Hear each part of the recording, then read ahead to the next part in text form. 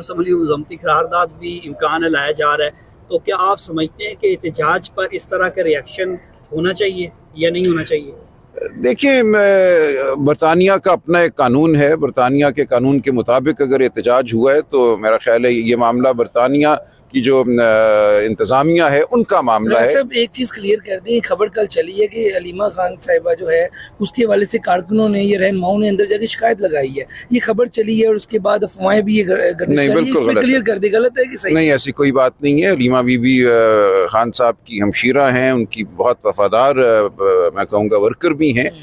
कोई इस हवाले से ऐसी कोई बात नहीं। शेर अफजल मरवत कहते हैं कि आपकी प्लानिंग जो है वो एहतजाज पर ठीक नहीं है, खास तौर पर। देखिए, शेर अफजल साहब को अपने आप को कंट्रोल करना होगा।